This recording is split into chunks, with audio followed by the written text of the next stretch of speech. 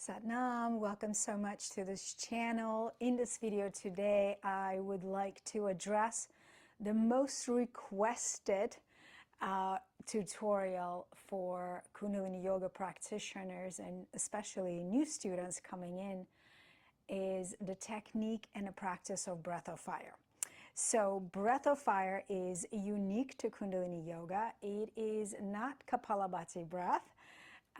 And so I would like to take a few minutes to explain this practice and give you some suggestions on how you could work with yourself to develop this technique and be comfortable with it and not trip over your own breath. Caveat here, I'd like to remind you that this takes time. This takes practice. I remember myself when I first came into Kundalini Yoga classes and the teacher was explaining, we would do a little bit of a breath of work in the beginning. I remember getting so frustrated with myself and getting really in my head about wanting to be right, wanting to be perfect at this. And when I stayed after class asking my teacher for suggestions and recommendations, she was so patient and she always reminded me that it's going to take time. So passing on that wisdom and letting you know that it does take time. So be patient with yourself. So I want to recap some of the things that might be commonly known about breath of fire. It is a rhythmic breath in and out through the nose, although there are variations to it. Sometimes it could be done through the mouth, just depending on its placement within the Kriya and within the context of yoga practice. But generally, most often, it is done in and out through the nose. Sometimes it's referred to as rapid breath. And again, the word rapid is quite relative. What's rapid for one person may not be rapid for another person. So I would emphasize more on the rhythmic rather than the rapid, okay? So we'll just err on the moderate side of it, and I'll demonstrate different rhythms and tempos for you. The other thing to keep in mind about breath of fire is that your inhale and exhale should be equal. So for example, if this is the center and I move 4 inches out this way, that's my inhale, I equally move 4 inches out as my exhale. So 1 stroke breath equals the distance from your nose. And again, that takes a level of sensitivity to kind of get a feel for your breath capacity, for your, I would call it the volume of breath. Let's go into, and I'll come back to more of the techniques. Some of the general benefits for breath of fire, and of course, there are so many, and if you want to research more, I will include that in the video description, some of the most common benefits of breath of fire. But to give you a high-level overview, it is extremely clarifying, not just clarifying for the body, for the mind. It's very energizing as well. It is believed, at least somewhere in my training, I've learned that doing as little as 3 minutes of breath of fire would be equivalent of 1 can of Red Bull. Now, I don't consume Red Bull, so I couldn't give you the comparison, but I do know that when practiced late in the evening for extended period of time, and again, there's a caveat of what your pace is with the breath, it could be very energizing. So it opens up the pranic channels and really strengthens the navel center, what we refer to as solar plexus. It expands your magnetic field, also known as aura. It gives you tremendous focus and mental clarity. So very good to practice this breath and lean onto it as a tool when the need arises. I'm going to touch a little bit about contraindications. So For women who might be pregnant beyond 120 days, this breath is not recommended because it really increases the blood flow, so that would not be advisable. Also, women who are menstruating on their moon cycle, not recommended to do this breath. And classically speaking, it is often said that a woman on her moon cycle should not be practicing breath of fire only if she's on the first few days or the days of the heavy flow. Other times during a menstrual cycle, it would be okay. But me being the yogi that I am, I have over the years experimented and tested the theory of doing breath of fire at various stages of my own menstrual cycle. And I am going to report to you that regardless of where I am in the moon cycle, it tends to really cleanse the body, so it increases the blood flow and it slightly prolongs the menstrual cycle. So do with it as you will. Just be mindful for you all ladies out there. If you're intending on giving yourself an extra cleanse, go for it. Otherwise, I would recommend that you might want to consider that and perhaps abstain from doing breath of fire while you're on your cycle. Couple of tips and tools. You want to be adequately hydrated when you're doing breath of fire. At least take a few sips of water or tea, your choice, to kind of moisten the mouth. The other yogic tool is chopstick. Highly recommend, because things could get dry and sticky.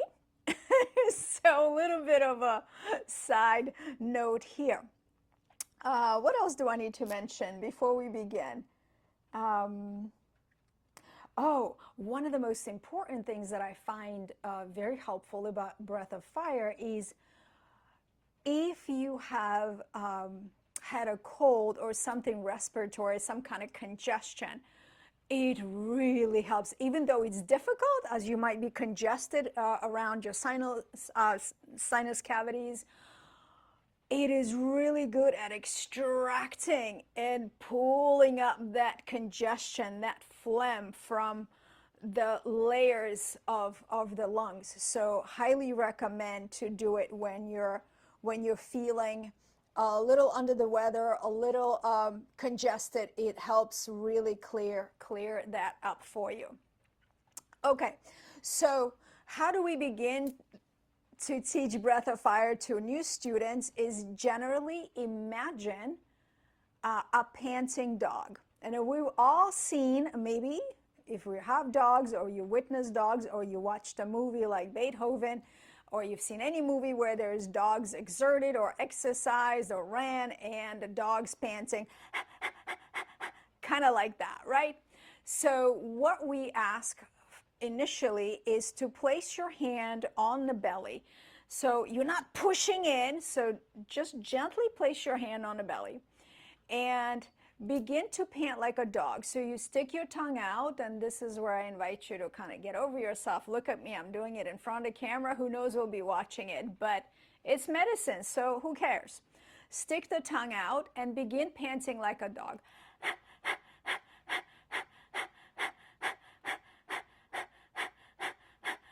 What you notice is that navel's coming in and out. So there is this diaphragmatic and navel engagements happening.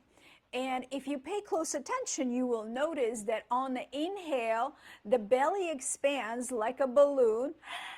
And on the exhale, the belly retracts and deflates, and the belly button, the navel center, comes pulling in towards the spine.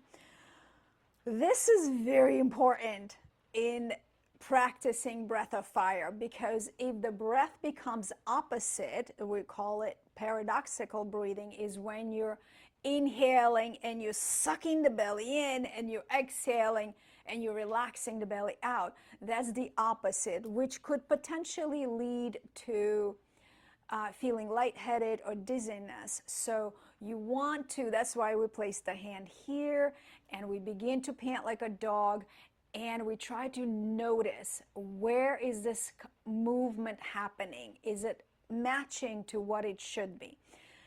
At any point when you begin, I recommend that you start slow. So let's practice that again. Stick the tongue out and begin.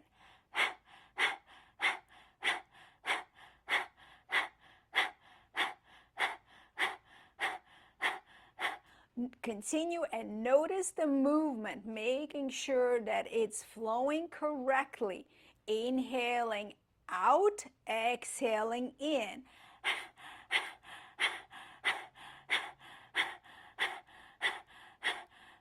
Okay, if you could sustain that for a period of 15 to 30 seconds, you're good. That's a good start.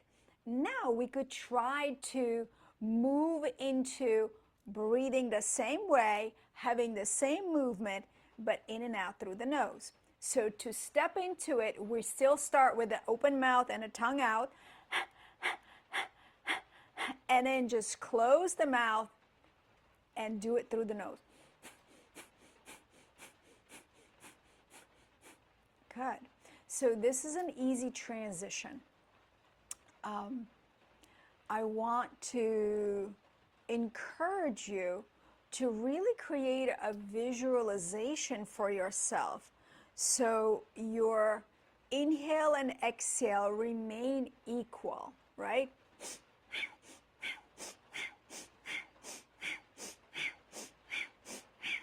One of the visualizations that help me to stay rhythmic and keeping the inhale and exhale equal is the fact that as a young girl, I love to sweep.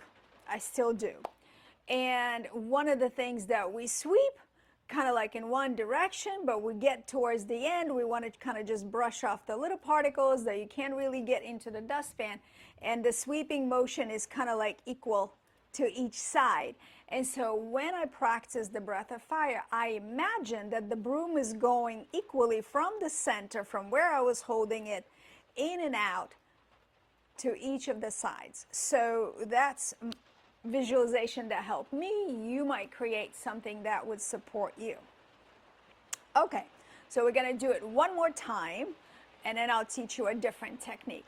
So again, we'll take, I forgot to mention, posture is very important. So if you're slouching, this is going to really put a lot of pressure and restriction here. So if you lengthen the spine, sitting on a bolster or on the chair with the feet flat on the ground, nice long spine, chin tucked in, it really opens up the spinal column and expands your rib capacity, your lung capacity, right? So check in with your posture.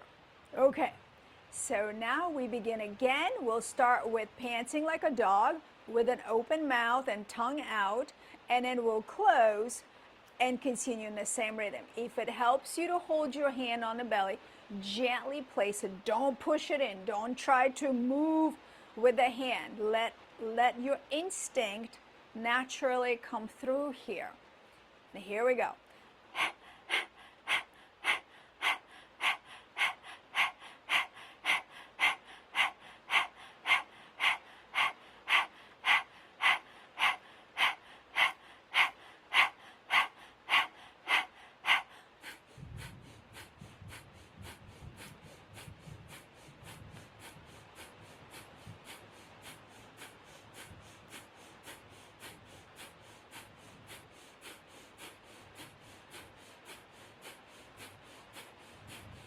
And deep inhale and exhale. Okay, how did it go? I hope you were able to keep up or do your best. No worries if that was challenging. Again, this takes time. All right, so a couple of things. I'm going to take a little bit of water. Couple of things, and okay, it's raining, so you might be picking up on the noise, background noise. This is great. There is another way to learn. So one of the postures we talked about is sitting up. The other way that might be easier is to lay down on your back and really get connected to the movement of your belly, movement of the diaphragm as you breathe. So you might find it easier to do it in laying down. So play around with it and see what works for you. The other way that you could learn the practice of breath of fire is through segmented breath. And segmented breath is when you chop up your one breath, one long breath, into equal segments, right? So it could be 4 segments, 8 segments, 16 segments, and I think that's the maximum. So let's say I inhale. And this is the length of my breath. Now I'm going to chop it up in 4. So by the time I get to 4, I am full of breath, which means my belly is expanded out. Okay, so let's try that again. Exhale if you're practicing along with me. And then take a deep breath in. Good. So measure this. Kind of look at where you at. Exhale. Now let's go for 4. And exhale the same way. Good. Again.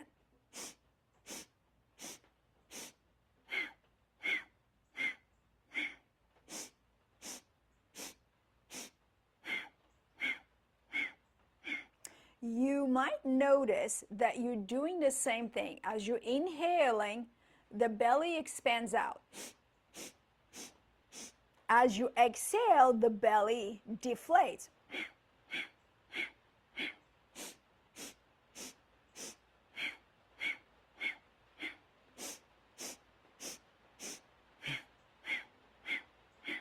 Good.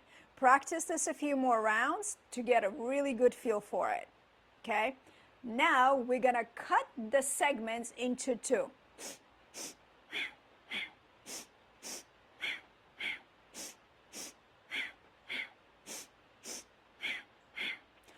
Again, pay attention to how your diaphragm and your abdominal muscles are working to support this inflation and deflation, okay?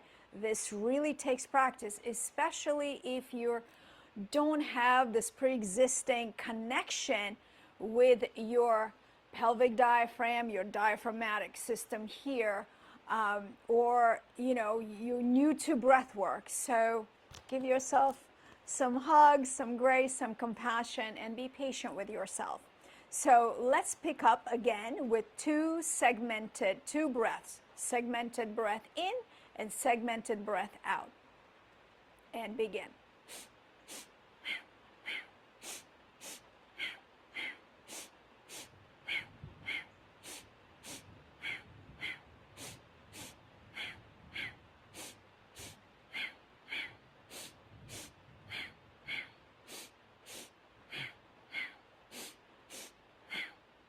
And deep breath in and exhale. Good. All right. If you've guessed it, we're going to go to single breath, in and out, which will also form the breath of fire.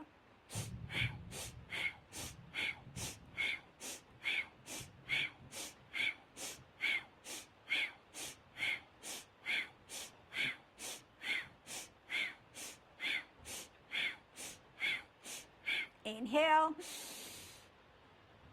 exhale. Good. One of the things that students experience is that they're a little shy about really breathing in. So some of the things that happen is one side of the breath becomes more emphasized, especially the exhale. And when that happens, we run out of breath because the intake doesn't match the outtake. So again, the equal in, equal out must match. Other thing is that oftentimes people are shy to breathe audibly. If you're in a space where you are able to breathe, really pull the breath in like, like a strong vacuum cleaner, and then really breathe it out like a leaf blower. You have in your environment examples of that. Or look at the horses, when the horses breathe in and out, like steam coming out. So you want to let your guard down a little bit and really allow yourself to experience the fullness of this breath.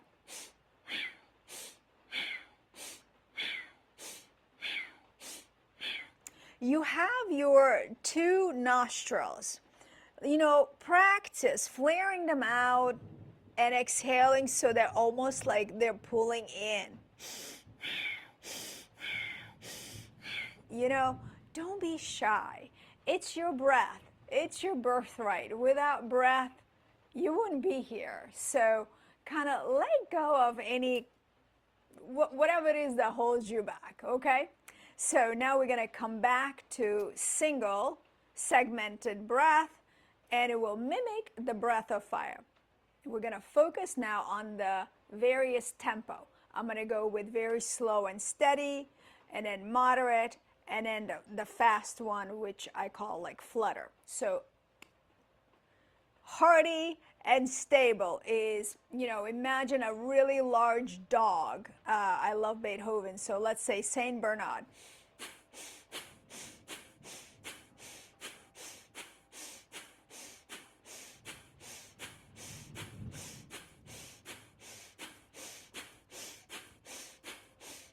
Good.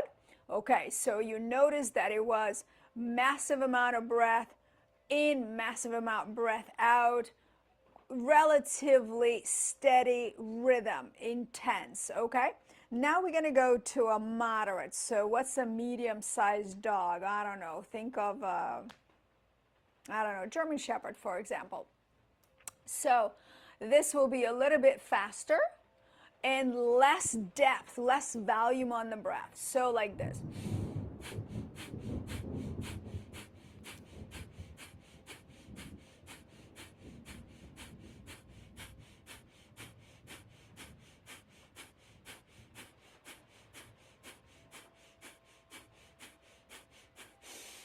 Okay, so that's moderate pace, okay? What's important is that you find a rhythm that you could maintain for a specified period of time. So practice in 30-second increments in the beginning, and then grow your increment to a minute until you get to 3 minutes, 15 minutes, 31 minutes. I know this is, there are some practices that call for it. And now we're going to go to a very shallow breath that is almost lifts up into like diaphragmatic breath here. And the dog that I like to use as example is Chihuahua, like tiny little terriers or tiny little Chihuahuas. And they don't have that capacity like the larger breeds do. So it's going to be almost like fluttering.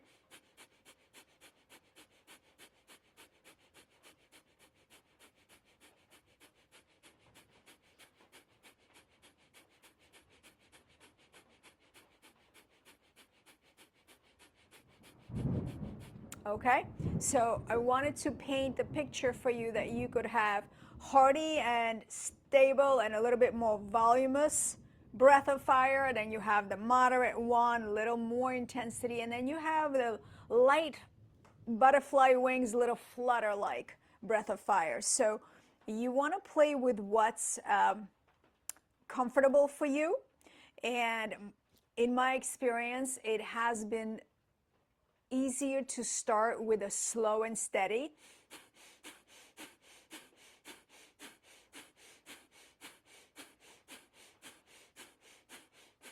Until you really get established in this rhythm, and then you could play around and see if you could pick that up. Yeah? Okay. So as with any breathing technique in Kundalini Yoga, we generally want to take few cleansing breaths. So you would inhale And exhale, and then inhale again. Maybe check the spine, lift the chest, tuck the chin, and exhale. And inhale halfway. And then through the exhale will be your start.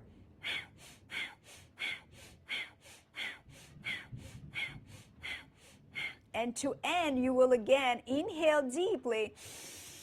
And maybe pause the breath for a moment. Maybe you want to lift the pelvic muscles up, as we call the root lock or mula bandha.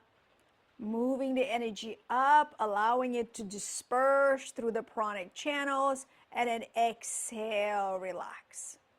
So we're going to go through that again just to recap. When you're preparing to begin your practice, again, you could be laying down. Woo! You could be laying down, you could be sitting in easy seated if you're on the floor, or you could be sitting on the chair with the back support, feet flat on the ground. And before you begin the practice, establish the connection with your breath. Take few deep inhales, establish the relationship, what they call like mind to muscle connection. Inhale and witness your belly inflate. And as you exhale, witness and pull the umbilica in, pull your belly button in towards the spine. And do that a few times. As you inhale, check in with your posture, lengthen the spine. As you exhale, relax the shoulder blades down. And then when you're ready to begin, you only want to inhale halfway, because if you inhale too much, you could still do it, but it'll be a little bit more challenging. So full breath for first few times, and then when you're ready to be engaged with the breath of fire, just half a breath or even a quarter. So let's try that again. You could hold your hand in Gyan Mudra, or you could place your hand on the belly, whatever serves you best in this moment. We'll inhale deeply through the nose. And exhale. Connect with that navel center. Inhale again. Feel your belly inflate. And relax the abdominal muscles. And as you exhale, deflate the belly. Draw that belly button in towards the spine. Again, inhale, lengthen the spine. Exhale. Now let's inhale halfway and begin.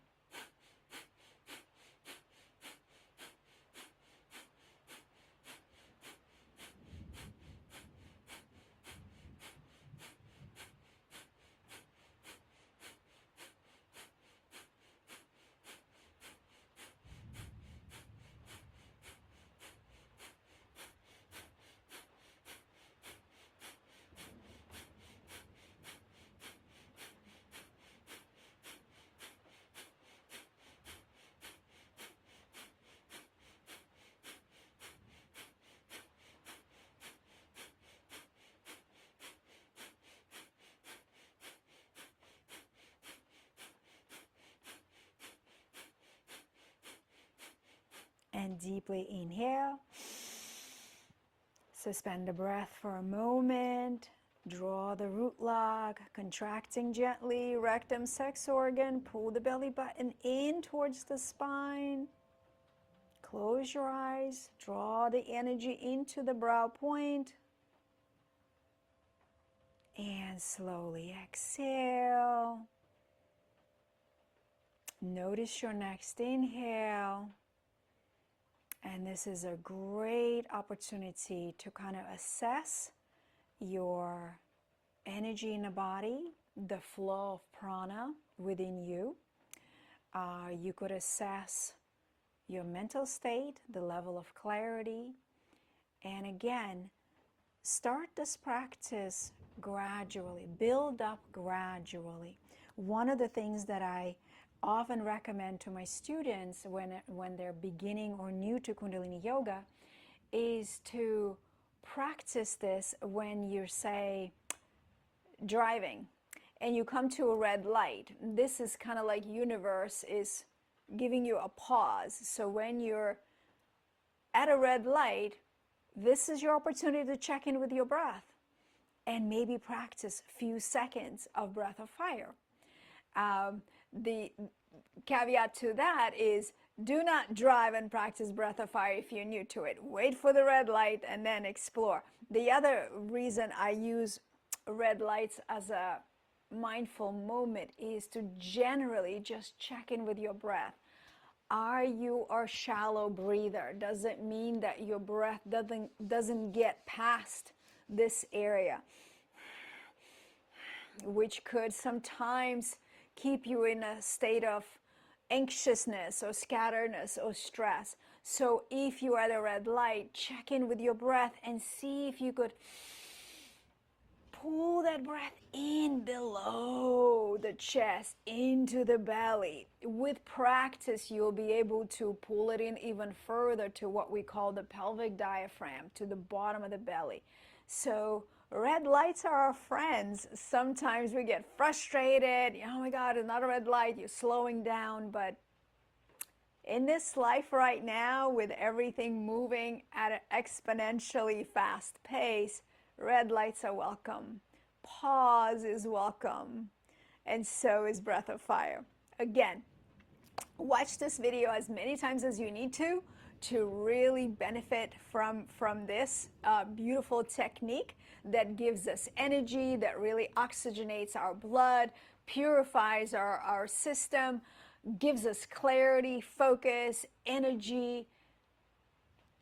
Just a great breath. And one of the things I will say, that in yogic tradition, in Kundalini Yoga, it was believed that breath of fire is considered a breath that lengthens your lifespan.